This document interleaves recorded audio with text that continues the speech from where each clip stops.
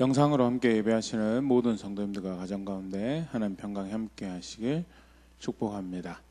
우리 함께 말씀 보도록 하겠습니다. 다니엘 6장 21절에서 22절 말씀입니다. 다니엘 6장 21절에서 22절 말씀 함께 읽겠습니다. 다니엘이 왕에게 아뢰되 왕이여 원하건대 왕은 만수무강하옵소서. 나의 하나님이 이미 그의 천사를 보내어 사자들의 입을 봉하셨으므로 사자들이 나를 상해하지 못하였사오니 이는 나의 무죄함이 그 앞에 명백함이오며 또 왕이여 나는 왕에게도 해를 끼치지 아니하였나이다 하니라. 아멘. 오늘 다니엘 6장 말씀 함께 살펴보도록 하겠습니다. 우리 다니엘과 사자굴 이야기로 유명한 말씀인데요. 오늘 말씀 통해서 시대 가운데 살아가는 하나님 백성, 또 그들의 하나님이 어떠한 분이신지를 또 말씀 가운데 어떻게 알려주시고 계신지 살펴볼 수 있으면 좋을 것 같은데요. 다니엘 6장은 이렇게 시작합니다. 다리오가 자기 뜻대로 고관 120명을 세워 전국을 통치하게 하고, 다니엘이 시작할 때 처음 등장했던 왕은 느부갓네살 왕이었죠. 그리고 우리 지지난 시간에 살펴봤던 그 다음 등장하고 있는 왕이 벨사살 왕, 느부갓네살의 손자가 되는 왕이고요. 바벨론의 마지막 통치자로 이름을 남겼고요. 6장에는 이제 새로운 왕이 등장합니다. 다리오라고. 학자들이 세계사에 등장하는 다리오 1세라고 보기보다는 페르시아의 초대 왕이었던 고레스를 이제 지칭하는 것으로 그렇게 이해를 하는데요. 분명한 것은 이제 다른 시대가, 다른 나라가 도래했다라는 것. 더더군다나 바벨론이 멸망하게 된 것이 하나님 심판으로 멸망하게 되었음에 대해서 다니엘 5장에서 메네 데겔 우바르신이라고 해서 헤아렸다, 날수를 헤아리고, 근데 데겔이라는 단어에서 측량을 했는데, 중량을 쟀는데 네가 합당하지 않다라는, 그래서 베레스 우바르신 나눠준다. 그래서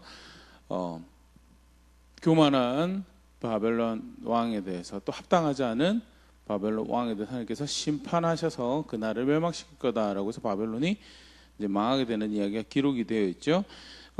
단순히 다니엘 5장에만 그 내용이 기록되어 하나님께서 심판하셔서 바벨론이 망하게 되었다라는 것은요, 이사야를 통해서도 이미 바벨론이 그렇게 하는 심판 앞에 망하게 될 것을 이야기를 하고 계셨고요.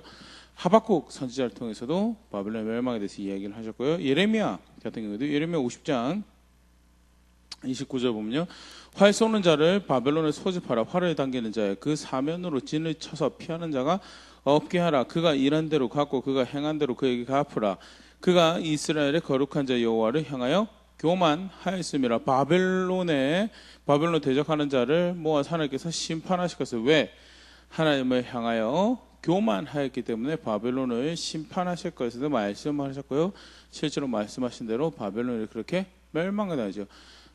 이스라엘 백성들 입장에서는 자신들을 대적하여서 자신의 나라를, 하나님 나라를 멸망시키고 하나님 백성 핍박하였던 그 나라가 이제 멸망하고 없어졌으면 새로운 시대가 도래할 거다라는 기대가 자연스럽게 생겨지게 되고, 하나님께서 어떤 일들을 행하실까에 대한, 혹 우리에게 이제 우리 압제하던 박해하던 어려운 시절이 끝났으니까 이제 다른, 우리가 그래도 좀 나름 쉽게 말해 속칭 영광도 보고 또 형통과 평안을 누리는 그런 시대가 오지 않을까라고 기대할 수 있는 그런 시기인데, 사실 그러고 닥쳐온 시대가 무슨 시대였느냐, 세계사에서 페르시아라고 하는, 성경은 바사라고 표현되어지는 그런 시대고요. 다니엘 6장에서도 보면 그 바벨론을 멸망시키고 왕이 된 다리오가 느부갓네살이랑 사실 똑같은 짓을 하는 것을 보일 수 있습니다. 다니엘 6장 7절 나라의 모든 총리와 지사와 총독과 법관과 관원이 의논하고 왕에게 한 법률을 세우며 한 금령을 정하실 것을 구하나이다.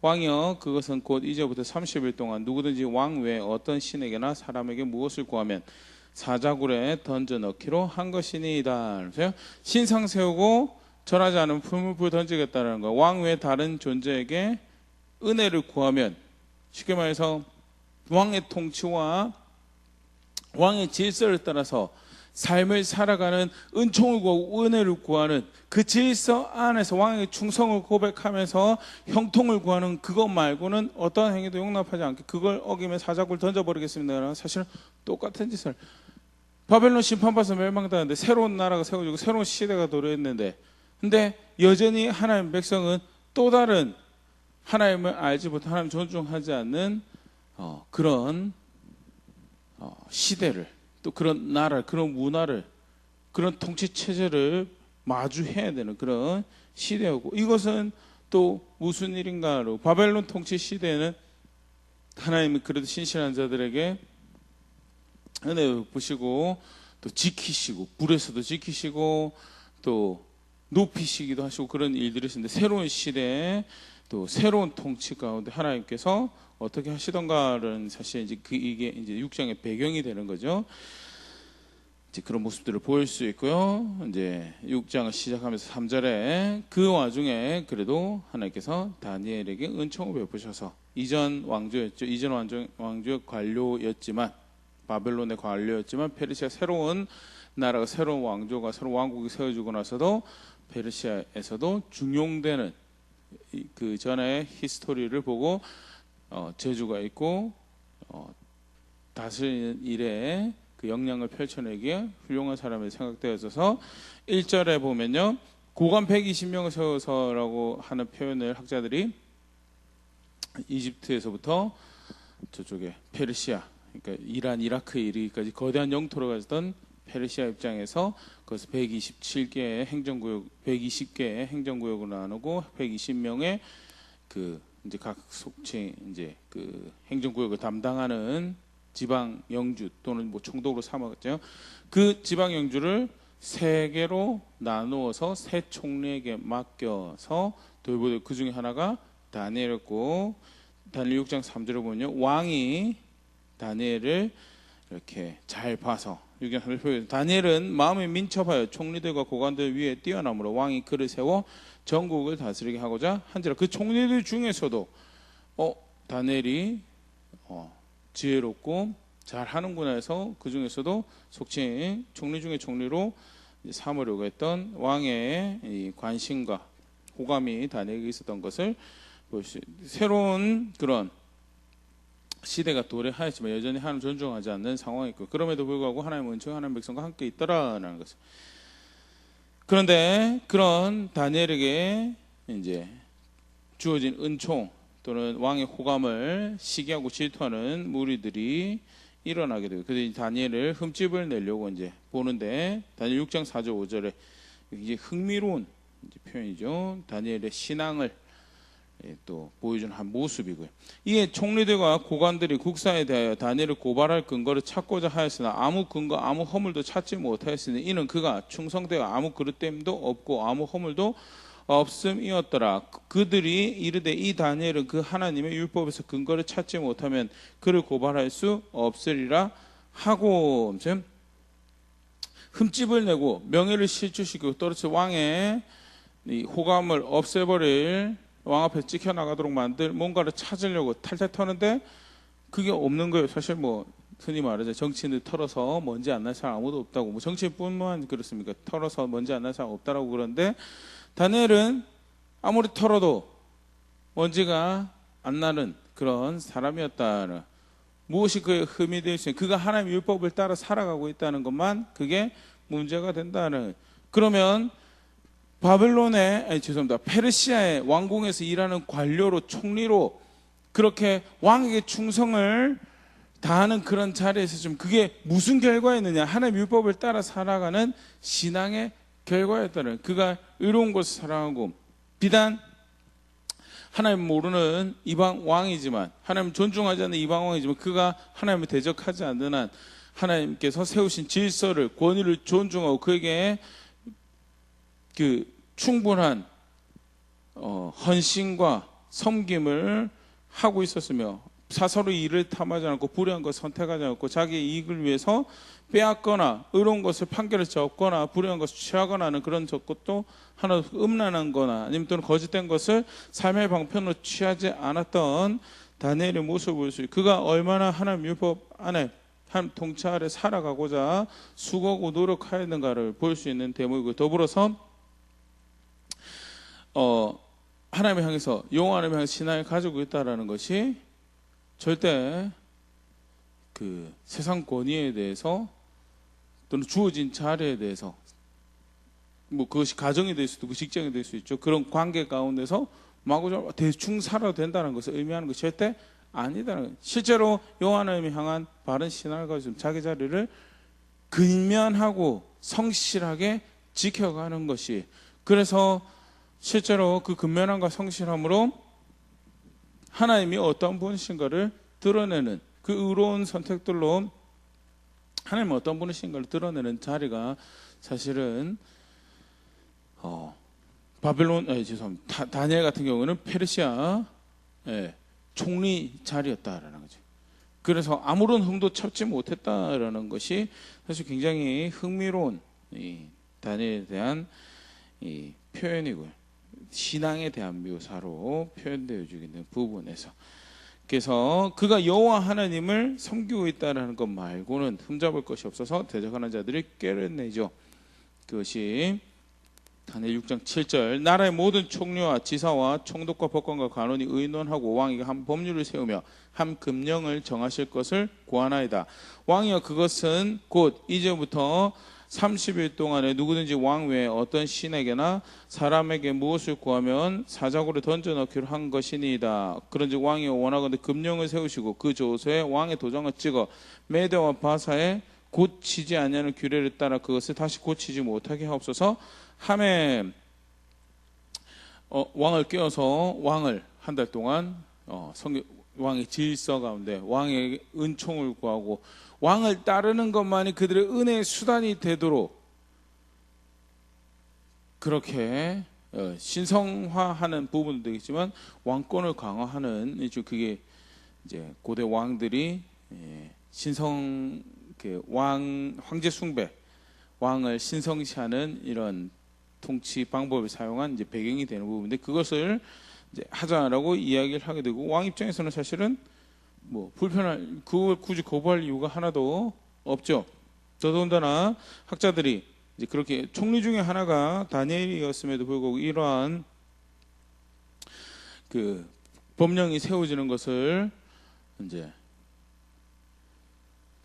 저지할 수 없고, 또 분명 다니엘이 반대했을 수 있는 거지만 왕이 여기 솔깃할 수밖에 없었던 것이, 바벨론이 이제 멸망하고 나서 얼마 되지 않은 시기였기에 왕권을 굳건하게 하고 온 이 예전에 이 바벨론에서 흡수되었던 이 사람들이 또는 지방들이 이제 페르시아 왕을 자신들의 왕으로 그 질서와 그 통치를 받아들이도록 하는 이런 일에 대해서 굉장히 긍정적으로 사실 볼 수밖에 없는, 왕 입장에서는, 세속적인 입장에서, 인간적인 관점에서 볼 수밖에 없는 거였고요. 더더군다나 이제 이 재밌는 표현이 등장을 하는데요. 왕도 다시 돌이킬 수 없는, 고치지 못하는 법령을 세우자라고, 이제 앞으로 한 달 동안은 그렇게 하는 걸로 법령을 세우자라고 하는데요. 이게 이제 느부갓네살 같은 경우에는 학자들이 이야기할 때 거의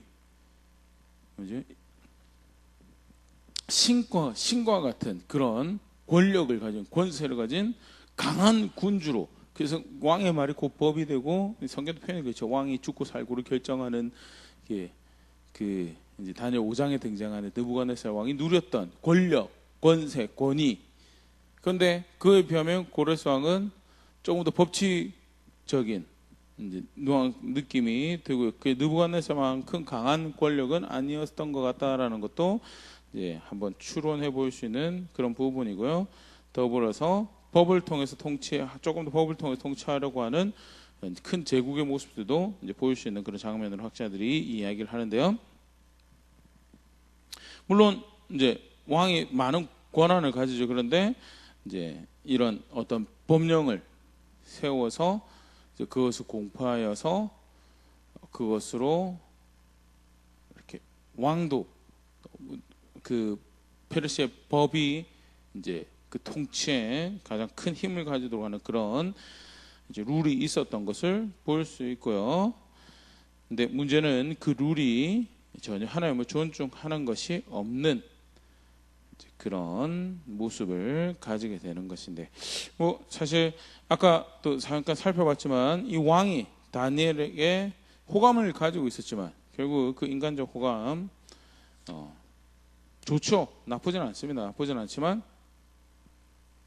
분명한 것은 하나님이 없다라고 할 때 그 호감, 인간적 호감, 늘 하나님 백성을 향한 저 하나님 백성을 적대하고 또 망가뜨리는, 대적하는 그런 그걸로 이렇게 변하는데 그렇게 어렵지 않다는, 그 길게 걸리지 않는다라는 그런 것도 보일 수 있고요.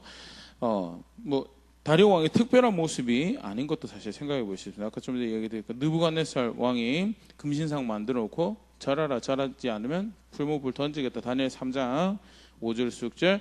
너희는 나팔과 피리와 수금과 사면금과 양금과 생황과 및 모든 악기 소리를 들을 때 엎드려 느부갓네살 왕이 세운 금신상에게 절하라. 누구든지 엎드려 절하지 아니한 자는 즉시 맹렬히 타는 풀무불에 던져 넣으리라 하였더라. 느부갓네살도 동일한 모습을 보여주죠. 그래서 스스로 높이고 하나님 존중하지 않는. 근데 요한계시록 우리가 계속 공부하고 있는데요, 요한계시록에 등장하는 짐승도 사실은 똑같은 사단, 용으로 묘사되는 사단과 더불어서 하나님과 하나님 백성을 대적하는 지상의 존재들, 또는 사회 문화, 어떤 세력, 개인을 이제 남북적으로 나타내는 표현으로 이해를 하는데요.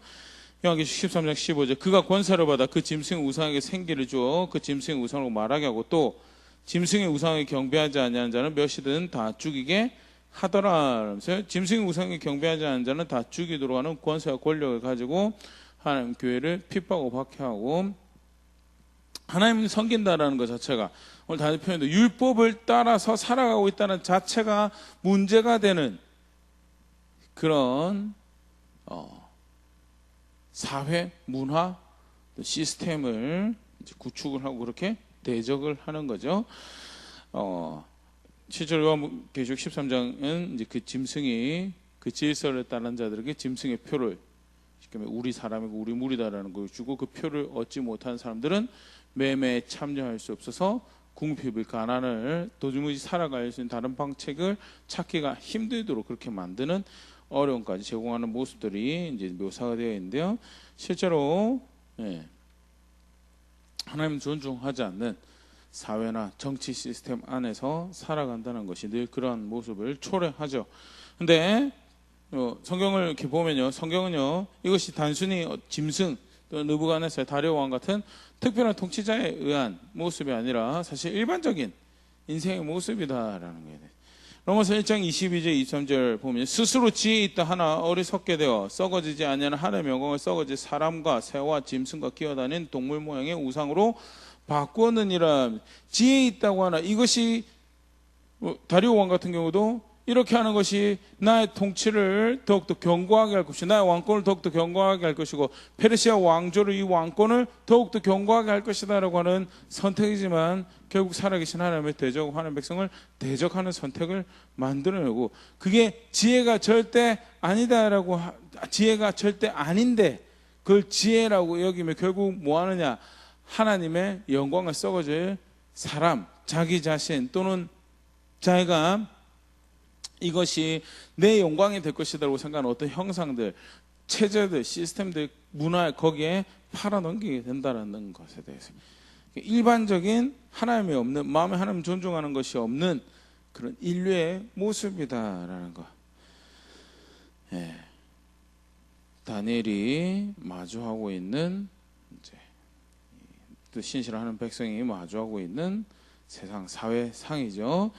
그렇게 이제 하나님을 향해서 은혜를 구하고 기도하고 그 하나님을 섬기는 자리에 있으면 꼼짝없이 이제 사자굴, 한 달이라는 시간 동안 그렇게 하면 꼼짝없이 사자굴에 던져지게 되는 상황에서 다니엘은 기꺼이 사자굴을 선택을 하죠. 다니엘 6장 10절. 다니엘이 이 조서에 왕의 도장이 찍힌 것을 알고도 자기 집에 돌아가서는 윗방에 올라가 예루살렘으로 향한 창문을 열고 전에 하던 대로 하루 3번씩 무릎을 꿇고 기도하며 그의 하나님께 감사하였더라. 다니엘은 분명히 선택합니다. 여전히 기도의 유일한 대상, 나에게 은혜를 베푸시는 유일한 주인은 여호와는 밖에 없습니다라는 것. 학자들이 이제 다니엘 9장 2절을 볼 때 다니엘이 예레미야가 전달해준 편지를 가지고 있었을 것이다라고 추정을 합니다. 다니엘 9장 2절 보면요, 곧 그 통치 원년에 나 다니엘이 책을 통해 여호와께서 말씀으로 선지자 예레미야에게 알려진 그 연수를 깨달았나니 곧 예루살렘의 황폐함이 70년 만에 그치리라 하신 것이라. 그래서 선지자 예레미야를 통해서 연수가 70년밖에 안 남았다는 것을, 70년 만에 회복될 것이다라는 것을 알게 되고 그 연수가 얼마 남지 않은 상황이라는 것을 알게 되고, 그것을 위해서 그 일이 그렇게 하는 목적에서 뜻하는데 우리에게 이루어지길 바랍니다라는 기도를 하는 그런 기도의 제목이 있었는가 하면요, 또 더불어서 예레미야의 편지가 단순히 그것만 전달되지 않았겠죠. 예레미야 편지 내용 중에 29장 12절 13절 보면요, 너희가 내게 부르짖으며 내게 와서 기도하면 내가 너희의 기도를 들을 것이요 너희가 온 마음으로 나를 구하면 나를 찾을 것이요 나를 만나리라 하면서요, 예레미야를 통해서 전달되어지는, 포로 끌려간 자들에게 전달되어지는 편지 내용 중에 하나가 뭐였냐면, 하나 기도하라고, 은혜를 구하라고. 그러면 내가 들을 거. 팔레스타인 땅도 아니고 이제 포로로 죄지어서 심판받아서 뿔뿔이 흩어진 그 와중에서도 기도하면 들으시겠다고. 그 땅이 아닌데요, 그래도 기도하면 들으시겠다고요. 내가 들을 거다라고, 나 찾으라라고. 그러면 너에게 내가 발견되어 줄 거고 찾게 될 거고 나를 만나게 될 것이다. 왜? 내가 거기에서도 내가 너의 하나님이 될 것이기 때문에 너희가 나 찾으라고. 그러면 내가 여전히 너의 하나님으로 너의 기도를 듣고 너에게 만나진 그런, 너희 그렇게 가까이 할 것이다 라고 하나님께서 말씀하셨던 것이고, 다니엘은 분명히 그 말씀 붙였고, 여전히 기도의 유일한 대상은, 그 은혜의 유일한 주인은 여호와 하나님밖에 없습니다라는 것을 분명히 선택하죠. 왕과 가지는 유대감이, 왕과 가지는 편안한 관계가, 사실 이 세상을 살아갈 때, 페르시아에 살아갈 때, 그 왕궁 중에서 총리로 생활할 때 그것이 어떻게 나의 보호가 되고 어떻게 나의 의지할 만한 힘이 되고 나의 안녕이, 나의 구원이 될 것 같은 생각이, 사실은 일반적으로 그렇게 살아가죠. 21세기 대한민국 살아가는 모습도 마찬가지죠. 그런데 그게 아니다. 다니엘이 선택한 것은 은혜의 주인은 여호와 하나님밖에 없고 그가 유일한 기도의 대상이 된다는 것. 돌아가서 그래서 윗방에 올라가서 예루살렘 향한 창문을 열고 하던 대로 3번씩 무릎 꿇고 기도하였더라는 건데요, 창문을 열었다는 것을 볼 때 대놓고 야 나 이렇게 기도한다라고 드러내놓고 기도했다라는 것을 의미하는 것을 학자들 보지는 않습니다. 그러나 그가 굳이 자기가 여호와 하나님을 섬기는 것을 감추려고 했던 것은 아니었고, 오히려 늘 하던 대로 기도했다라는 것을 보여주는 표현으로 그렇게 보면 될 것 같고요. 여호와 하나님만을 유일한 기도의 대상으로 여기는 것도 예레미야 편지 내용의 근간이 되고, 또 그가 받았던 한 말씀의 근간이 된다면요, 예루살렘을 향한 기도도 이제 그런 이 일을 보여주죠. 예루살렘을 향한 기도, 우리에게는 좀 생소하지만요, 예수님 이전에 하나님의 백성들에게, 특히 솔로몬 성전 이후에는요, 하나님께서 주신 그 일종의 말씀, 약속이 있었죠. 솔로몬이 성전 봉헌을 하면서 역대하 6장 20절 21절, 주께서 전에 말씀하시길 내 이름을 거기에 두리라 하신 곳 이 성전을 향하여 주의 눈이 주야로 보시오며 종이 이곳을 향하여 비는 기도를 들으시옵소서. 주의 종과 주의 백성 이스라엘 이곳을 향하여 기도할 때 주는 그 간구함을 들으시되 주께서 계신 곳에 곧 하늘에서 들으시사 사하여 주옵소서. 성전을 향하여 기도하면 거기 계셔서, 그 백성 가운데 거기 계셔서 그들의 기도를 듣고 우리에게 은혜를 베풀어, 구원을 베풀어 달라는, 거기서 우리를 만나달라고, 거기서 우리 하나님이 되어달라는 솔로몬이 간구를 하게 되고, 역대 7장 가서 내가 그렇게 하겠다라고, 내가 그렇게 하겠다라는 약속을 주시고 그 말씀에 따라서 멀리 포로로 끌려왔지만 들으시겠다 하신 하나님 계셨고 그러면 그 하나님을 향해서 내가 기도합니다라는 그 하나님을 내가 향하면 그 여호와 하나님만이 여전히 나의 구원의 소망이 되십니다라는 고백이 뭐냐? 예루살렘을 향해서 기도한다라는 표현. 네. 그 하나님을 향한다는. 우리는 이제 신약에 와서는 요한복음 4장에 분명히 예수께서 말씀하셨죠. 장소가 아니다. 그래서 이제 굳이 앞쪽을 향해서 바라보고 그렇게 예배하고 또 말씀도 함께 공부하고 하는 거는 공동체 안의 질서를 따르는 거지 이쪽에 하나님 계셔서가 아니죠. 또 뭐 흔히 말하는 영험한 곳, 높은 산, 깊은 골짜기 어떤 기도원 거기 하나님 계신 것도 절대 아니고요. 그런 식으로 가면 중세 신비주의적인 로마 가톨릭 신비주의적인 신앙으로 회귀하는 것이 절대 성경적이지가 않고요. 다시 돌아와서 예루살렘을 향한 기도는요, 장소에 대한 신봉의 표현이라기보다는 그 전에 주셨던 하나님의 약속을 붙잡고 하나님의 말씀을 따라서 기도를 하는 다니엘의 모습을 볼 수 있는 장면이고요. 그리고 세 번씩 기도했다라는 것도 시편 55편 16절 17절 이미 다윗이 보여줬던 기도의 본이죠. 나는 하나님께 부르짖으리니 여호와께서 나를 구원하시리로다. 저녁과 아침과 정오에 내가 근심하여 탄식하리니 여호와께서 내 소리를 들으시리로다. 다윗이 먼저 자신의 간절함을 그래서 내가 저녁과 아침과 정오에 하루 세 번씩 기도한다라고 그렇게 때마다 하나님을 찾는다라는 그런 고백을 했던 그런 기록이 남아있고요. 그래서 신실하게 경건하게 하나님을 찾는다라고 하나님 앞에 살아간다라고 할 때 하루 세 번씩 기도하는 것은 이미 하나님 백성들에게 구축되어 있던 문화로 학자들이 이해를 하고요. 법으로 정해진 것은 아침에 또 그 저녁에 아침 저녁으로 제사가 드려졌던 것이 이제 성경에 기록이 되어 있죠. 유대 성경 이제 주석가 같은 경우에는 하루 세 번 기도하는 건 미시나 전통에 이미 구축되어 있던 이 성경을 해석하고 장로의 유전이죠. 일종 장로의 유전인데요. 성경을 읽고 이해하고 가르치는 그래서 무엇이 하나님 백성처럼 살아갈 것인가라고 유대교에서 이해하는 모습에서요. 그 전통에서 하루에 세 번 기도하는 것은 신실한 하나님 백성, 경건한 하나님 백성의 모습으로 가르쳐주고 있었던 것을 이야기를 하고요. 다니엘도 일종의 그런 경건한 모습을 따라 하루 세 번씩 은혜 주인을 인정하는 앞에 어떻게 보면 그릇된 것을 아무런 허물도 발견하지 못했던 것은 실제로 그 하나님 법을 존중하여서 살아갔던 그의 삶의 모습, 그 통치 가운데 하나님의 은총을 구하는 어떻게 보면 그가 기뻐하신 것 자리에 머물러서 그 인자하신 가운데 있을까라고 하는 그의 신앙의 자세를 보여준다면 실제로 하나님을 구원의 대상으로 여기는 것이 기도로 이렇게 표현되어지는 모습을 보일 수 있고요. 기도하는 모습 한 가지 더 본문에 보면요, 무릎 꿇고 기도했다라고 하는 것. 잘 알고 계시겠지만 유대인들 무릎 꿇고 기도 잘 안 하죠. 원래 서서 기도하는 것이 일반적인 모습이다라고 하고요. 신약 성경에도 사실 그런 표현들이 등장합니다. 대표적인 거 하나 찾아보면요, 누가복음 18장 11절 바리새인이 기도하는 모습에 대해서 표현해요. 서서 따로 기도하여 이르되라고요. 나름 그래도 내가 우리 동네에서 우리 시대에서 하나님 제일 사랑한다라고 하나님 제일 열심히 섬긴다고 하는 바리새인들도 기도할 때 서서 기도하더라라는 표현이 등장하면 그건 일반적인 기도가 서서 기도하는 건데, 다니엘이 무릎 꿇고 기도했다라는 것은요, 예수님도 사실은 간절하게 기도하실 때 무릎 꿇고 기도했다는 것이 겟세마네 동산에 등장을 하고 있는데요, 정말 간절하고 진실되게 또 절박하게 다른 곳에서 구원이 나을 수 없음, 다른 곳에 소망이 없음을 표현하는 그의 마음의 자세를 표현하는 일종의 모습이 뭐냐?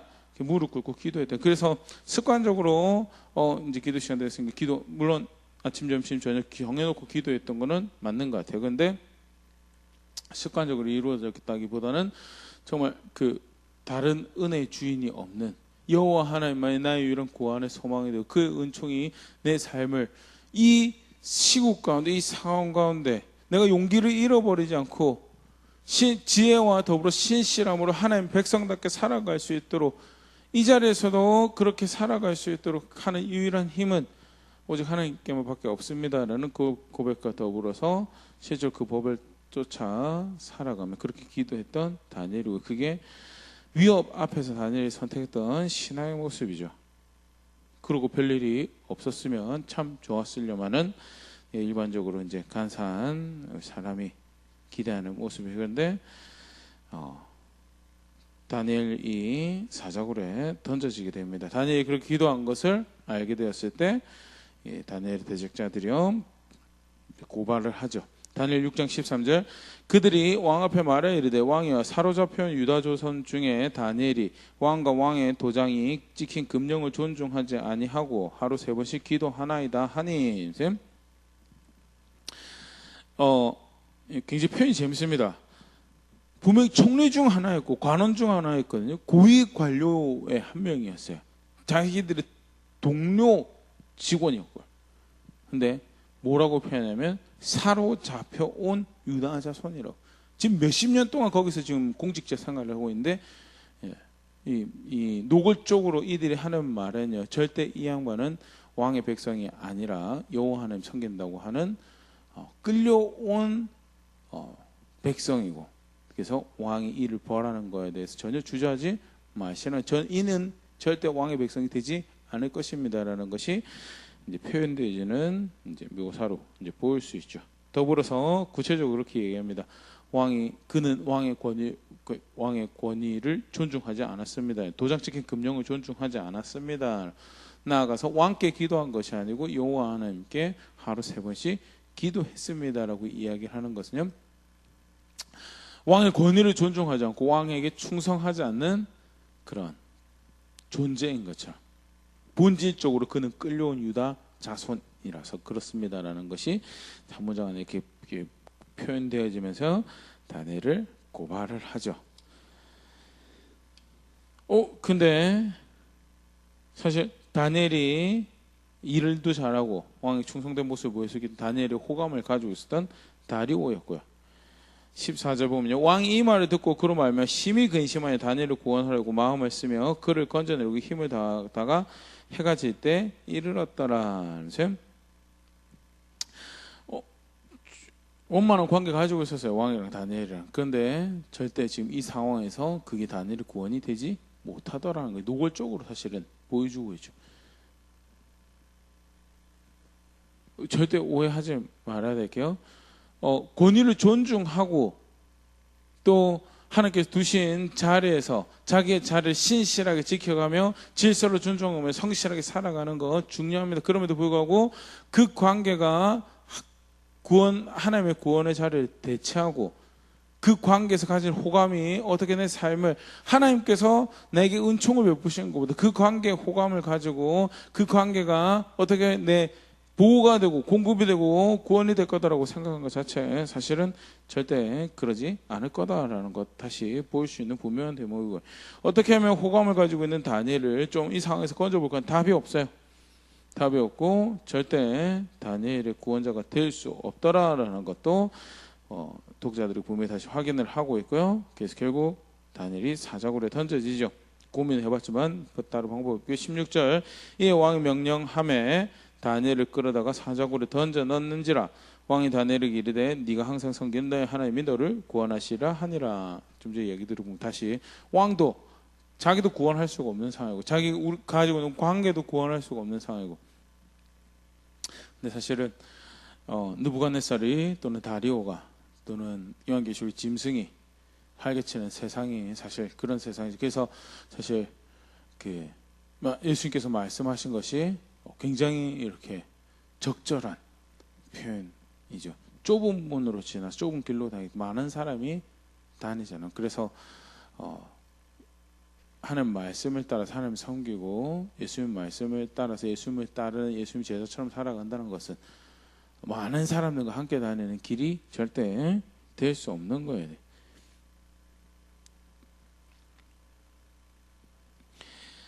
다시 돌아와서요. 하나님이 구원이 되시 왕에게 사실 뭐 한편으로는 다니엘이 그 이야기에 대해서 격려가 많이 될 수도 있겠죠. 그렇지, 이방 왕을 통해서 저런 이야기를 듣게 되는 것도 사실 굉장히 기적 같은 장면이고요. 그럼에도 불구하고 현실은요, 다니엘이 사자굴에 던져졌다라는 거죠. 17절, 이에 돌을 굴려다가 굴 어귀를 막음에 왕이 그의 도장과 귀족들의 봉인으로 봉하였으니 이는 다니엘에 대한 조치를 고치지 못하게 하려 함이었더라. 법령이 내려지고 그것은 이제 바꿀 수가 없는 거였고, 그래서 돌을 봉해서 막고 그것을 도장으로 막아서 이미 사형이 언도가 된 거예요. 사형이 언도가 되고, 그는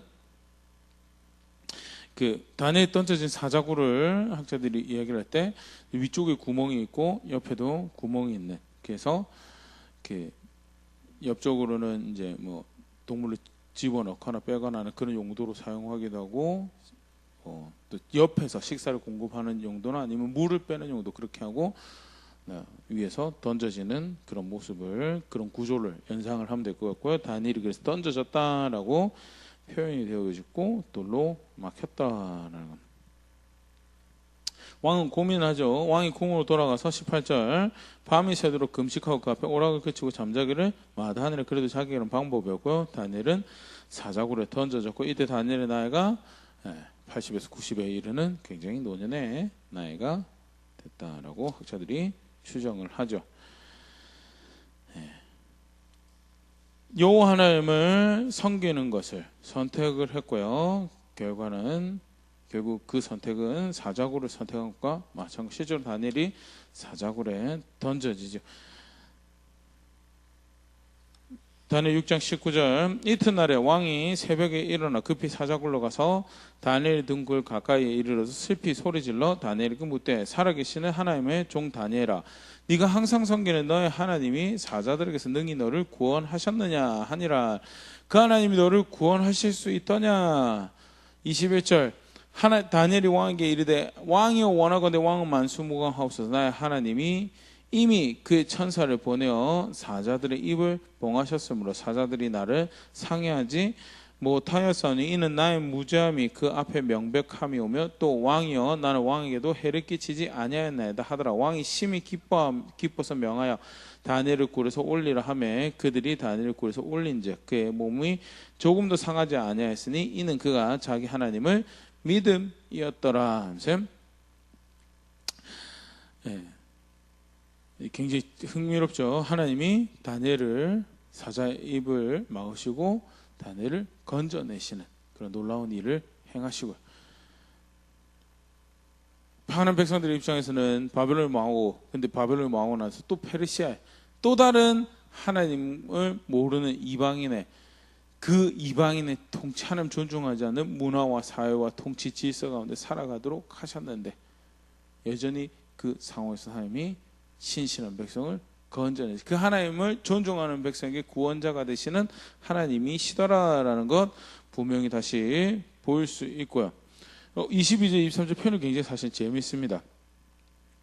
다니엘이 뭐라고 했냐면요, 내가 왕 앞에 죄가 없습니다. 사형이 언도되었는데 신의 능력이, 하나님의 능력이 자기를 보호해서 그 죄가로 죽을 그런 대상이 아닙니다라는 것을 지금 이 상황에서, 아까 그 다니엘 고발된 장면에 그런 것이 있죠. 먼저는 왕이 내린 금령을 존중하지 않아서 왕의 권위를 대적하는 그런 존재가 되어버린 모습이 하나가 다니엘의 죄가가 있었고, 더불어서 왕에게 기도하지 않는다는 모습으로 왕에게 충성하지 않는 그런 신하인 것처럼 묘사가 되는데, 나는 무죄하고 더불어서 왕에게 해가 되지 않는 사람인 것을 이 일로 하나님께서 증명하셨습니다라고 이야기하는 게 22절 모습이고요. 다니엘을 건져 올렸는데, 다니엘이 그렇게 조금도 상하지 않은 것은 23절에 자기 하나님이 그가 자기 하나님을 의지하였고, 무엇으로? 기도로 의지하였고, 무엇으로? 그가 하나님 법을 따라서 신실하게 살아가는 것으로. 그래서 그 페르시아의 법에 동조하여서 페르시아의 관행에 하나님 존중하지 않는 자기 목적과 자기 뜻을 위해서 거리낌 없이 살인하고 간음하고 도둑질하고 속이고 거짓으로 그 판단을 굽게 만드는 그런 문화 가운데서 아니다라고 살아가는 것을 하나님을 의지하는 그런 자리에 있었고 하나님이 그를 존중하여서 하나님이 그를 구원하셨다라는 것이 본문에서 가르치고 있는 거고요. 이제 다니엘 6장 24절 왕이 말해요. 다니엘을 참소한 사람들 끌어오게 하고 그들의 처자들과 함께 사자굴에 던져 넣게 하였더니 그들이 굴바닥에 닿기 전에 사자들이 곧 그들을 움켜서 그 뼈까지도 부서뜨렸더라. 참소하던 자들에 대해서 하나님이 보복하시죠. 참소한 자들에 대해서 도무한 왕이 다니엘 살아나도 너무 감정적으로 한 거 아닌가라고 그렇게 생각할 수도 있지만 사형받았던 사람이 죽지 않고 돌아왔고 쉽게 말해서 그가 신에 의해서 자신의 무죄를 증명하였던 모습이고 반대로 그러면 무고하게 그를 고발한 것이 되어서 그들을 사적으로 던지는 걸로 하면요 그닥 무리한 판단은 아니었던 것으로 보여지고요. 무엇보다도 하나님이 하나님 백성을 대적하는 무리들을 향한 심판의 하나님 보복으로 보면요 하나님께서 그 상황을 간섭하셔서 주관하셨음을 분명히 보일 수 있고 더불어서 그것을 통해서 다니엘을 높이시는 하나님의 모습을 볼 수 있고 구체적으로 그 다음에 더 이제 다니엘 높이시는 장면이 등장하는데요. 다니엘 6장 25절 27절 이에 다리오 왕이 온 땅에 있는 모든 백성과 나라들과 언어가 다른 모든 사람들에게 조소를 내려 이르되 원하건대 너에게 큰 평강이 있을지어다.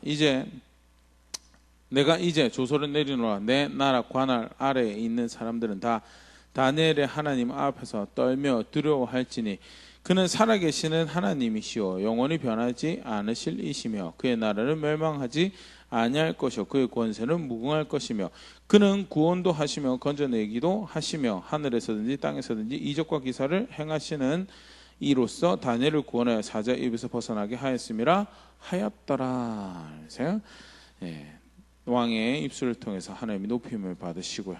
또 더불어서 다니엘이 높임을 받는 그런 모습으로 이렇게 이야기가 마무리되어지는데요. 중요하게 한 두 가지 정도 오늘 말씀을 다시 생각해 볼 수 있으면 좋을 것 같습니다. 다니엘뿐만 아니고 우리도 그렇죠. 바벨론이 끝나서 이제 끝난 줄 알았는데 페르시아인 거예요. 또 페르시아가 끝난 줄 알았는데 그리스 끝난 줄 알았는데 로마가 우리도 그럴 수 있어요. 우리가 겉보기에는 그래도 그나마 앞에 정부 때보다는 원만한 관계가 있어서 그래도 현 정부는 하나님 존중하는 것 같다. 이 정부를 신뢰해서 하나님 뜻을 펼쳐갈 수 있을 것 같다. 또는 여러 가지 그런 생각들을 할 수 있게 되면 결국 그 공약으로 보면 하나님 존중하지 않는 사람은 결국 다리오 같은 선택하고요. 결국 느부갓네살 같은 선택하고요. 그는 인류의 본래 모습이고요. 어떤 사람도 어떤 정치 체제도 어떤 문화도 사실은 마음 놓고 그렇게 할 수 없죠. 성경에서 말하는 게 우리가 살아가는 세상이 그런 모습이죠. 하나님은요, 우리 요한계시록에서 살펴보면서 공부하고 있지만요, 이 땅에 하나님 나라를 세우시지 않으세요.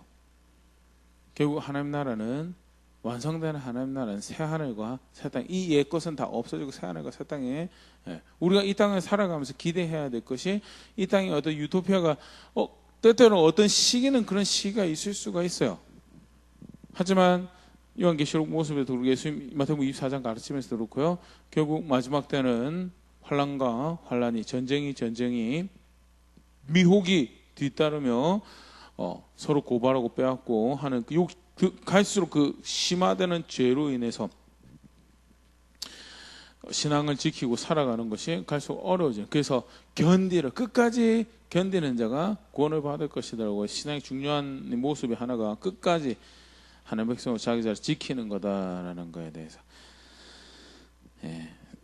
살아가고 있는 우리가 살아가고 있는 세상의 모습에 대해서 다시 한 번 더 이렇게 바벨론의 심판으로 끝났으니까 이제 그 다음에는 괜찮은 시대가 오겠지라고. 물론 이제 이 사건이 있은 후에 학자들이 추정할 때 고레스가 돌려보내는 것으로 유대인들을 돌려보내는 그런 정책을 폈던 것을 이제 학자의 시간 순서상으로는 그렇게 진행되는 것으로 보는데, 그럼에도 불구하고 페르시아는 여전히 다니엘도 그렇지만 그 다음에 에스더 기록을 보더라도요, 그닥 하나님을 존중하는 그런 나라는 아니었죠. 그 나라에 살면서 포로로 끌려왔고 돌아가지 못한 자리에 있었던 백성들에게 여전히 사실 박해 억압과 또 하나님 말씀 따라 살아가는 것에 방해가 되고 장애가 되는 문화 가운데 살아가는 모습이었는데요. 이게 이제 우리가 살아가는 세상의 모습을 사실은 다시 생각해 볼 수 있는 그런 장면이고요. 그럼에도 불구하고 하나님 법 존중하고요. 실제로 하나님 질서 가운데 살아가며 하나님의 유일한 은혜의 주인으로 구원의 소망으로 기도만 하는 게 자칫 이 본문을 볼 때 기도만 생각할 수 있는데, 사실은 기도와 더불어서 우리 한 장면 더 같이 볼 수, 간접적인 표현이긴 하지만 흠잡을 게 하나도 없었다라는 것, 그게 사실은 신앙인의 모습이죠. 교회 열심히 다니고 헌금 열심히 하고 나름 신앙생활 잘한다고 해서 노상 싸워요. 나가서 노상 싸우고 그 한 몸이라고 했는데 아내 알기를 종알듯이 하고 함부로 대하고, 그 반대 경우도 있겠죠. 남편을 종처럼 부린다든지 아내를 종처럼 부려서 존중하지 않는 것을 어떻게 저런 식으로 살지라는 이야기를 주변에서 듣게 되는 그런 악한 모습이라든지, 자기 이익을 위해서는 다른 사람, 옆에 사람 누가 해를 입어도 아무런 개의치 않고 살아가는 모습이라든지, 자신의 순교도 지키지 않고 다른 사람들 순교도 존중해 주지 않는 그런 더러운 그 언어 생활과 언어 습관과 또 타락한 마음과 타락한 생각과 타락한 눈을 가지고 있는 그런 모습들, 전혀 그건 신앙의 모습이 아니에요. 하나님 은혜의 주인으로서 유일한 구원이 그에게로부터 난다라고 할 때 은총을 구하는 모습 절대 아니다라는 것. 우리 사실 올해 계속 그 부분 도전하고 배우고 있죠. 하나님 은혜를 구한다라고 하는 건 성경에서요, 기도도 은혜를 구하는 모습이죠. 하지만 잠언이 분명히 말씀하시, 귀를 돌려서 율법을 듣지 않는 기도는 그거는 가증한 것이라고. 율법을 듣지 않는다라는 말은 하나님 법 존중하지 않으면서 하나님 내게 은총을 내려주세요라고, 네가 언제 나를 주인으로 하니, 네가 언제 나를 구원의 소망으로 아냐면, 네가 나를 구원의 소망으로 한다면 내가 기뻐하는 것이 무엇인지 존중하고 내가 즐거워하는 것이 무엇, 하나님의 말씀 따라가면서 그게 은혜 구하는 게 신앙의 모습이고요. 다니엘 6장에서도 동일하게 볼 수 있죠. 그 장면을 더불어서 기도하는 모습으로 실제로 은혜의 주인을 존중하는 신앙을 고백하였고요. 그게 아무리 페르시아라고 하더라도 하나님 존중하면 하나님 그 존중한다는, 예레미야 아까 29장에서 하나님께서 말씀하셨던 것처럼 포로로 끌려간 땅에서도 기도하면 내가 들을 거다라고. 너희가 나에게 부르짖고 나를 찾으면 너희가 나를 만나는 바가 될 것이다라고. 나는 너희 그렇게 발견되고 너희를 가까이 하나 너희의 하나님이 될 것이다. 페르시아, 로마, 그리스 상관없다고. 나는 거기서 너희 하나님이 될 것이다라는 거. 문제는 페르시아의 법에 왕과의 관계 타협해서 하나님 안 찾는 게 문제가 되는 거고요. 이제 우리는 끌려왔으니까 바벨론에, 로마에 가면 로마 법 따라야지라고 하면서 열심히 하나님 나라 상관없는, 하나님 통치와 하나님 주권과 상관없는, 영원히 아까 다리고 그런 표현, 그의 나라는 영원히 멸망하지 않을 거다라고 하는데 정작 그 본 백성들은 그 나라를 망한 것처럼 생각하고 있어요. 그래서 주권자가 통치자가 자기를 그 자리에 두신 분이 하나님이 아니에요.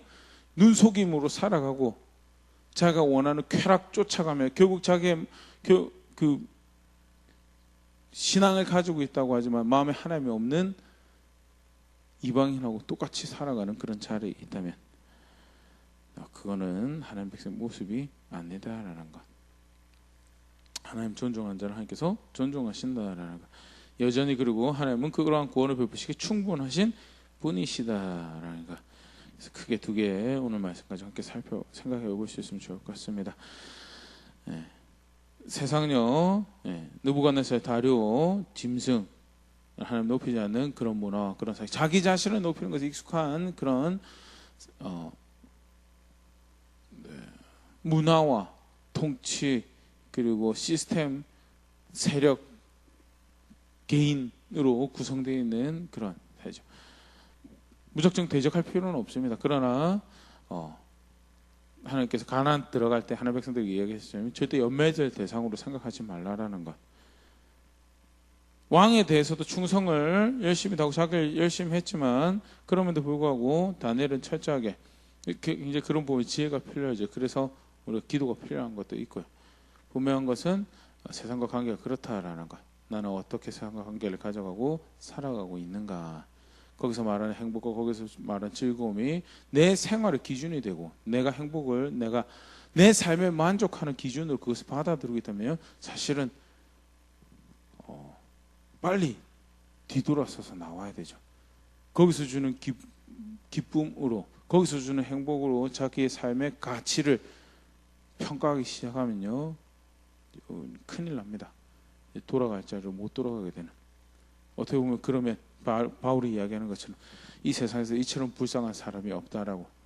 왜 이런 식으로 사냐라고. 아니죠. 더 가치 있는 것을 알게, 더 소중한 것을 알게, 기꺼이 그것을 위해서 투자하고 영혼을 위해서 그것을 사는 그런 자리에 있는 게 사실 신앙을 가지고 있는 모습이고, 세상과 관계를 가질 때 우리가 가져야 되는 이제 자세죠. 그런 부분도 한번 다시 돌아볼 수 있으면 좋을 것 같고요. 여전히 오늘 이런 상황에서 하나님이 구원이 되시는, 충분히 구원할 수 있는 능력이 되시고 구원하시는 분이신데 나는 어떻게 하나님 은혜를 구하고 있는가 신실하게 기도해 열심히 기도하고 하루 세 번씩 기도하는 것도 좋은 도전이라고 되는데 그것과 더불어서 아무런 그릇된 것과 허물을 찾지 못했다라는 것 같이 기억할 수 있으면 좋을 것 같습니다. 내 자리 열심히 지켜가고 있는지, 기본적으로 부모 자식 관계 안에서 부모의 자리에 있으면 아버지의 자리를, 어머니의 자리를 내가 잘 지켜가고 있는지, 하나님 보시기에 세상 기준 말고 하나님 내 얄팍한 양심 말고 하나님 보시기에 내가 내 자리 잘 지켜, 자녀된 자로서 하나님 주인 자리에 내가 잘 지켜가고 있는지, 직장 관계 안에서 가정 관계 안에서 내 자리 잘 지켜가고 있는지,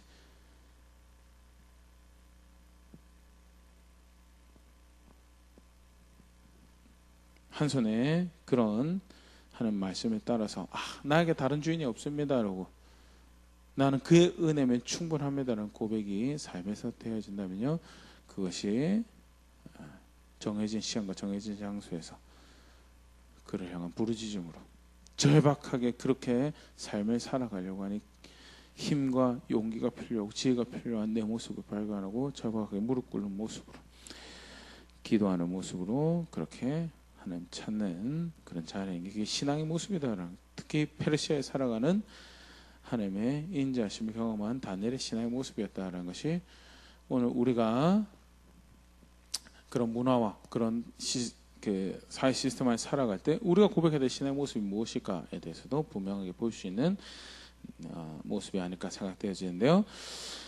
그렇게 환경에 상황에 좌절하지 않고 거기 무너지지 않고 영원히 무너지지 않을 나라, 하나님 나라에 살아가는 하나님 백성처럼, 그래서 그의 통치를 기꺼이 환영하고 그 통치 가운데 살아가기를 즐거워하며 나가서 그걸 따라 필요한 은혜를 구하는 자리에서 나는 내 구원의 소망이 내 은혜의 주인이 누구인지 분명히 합니다라는 것을 함께 고백하는 우리가 그렇게 함께 빚어지는 교회가 될 수 있으면 좋을 것 같습니다.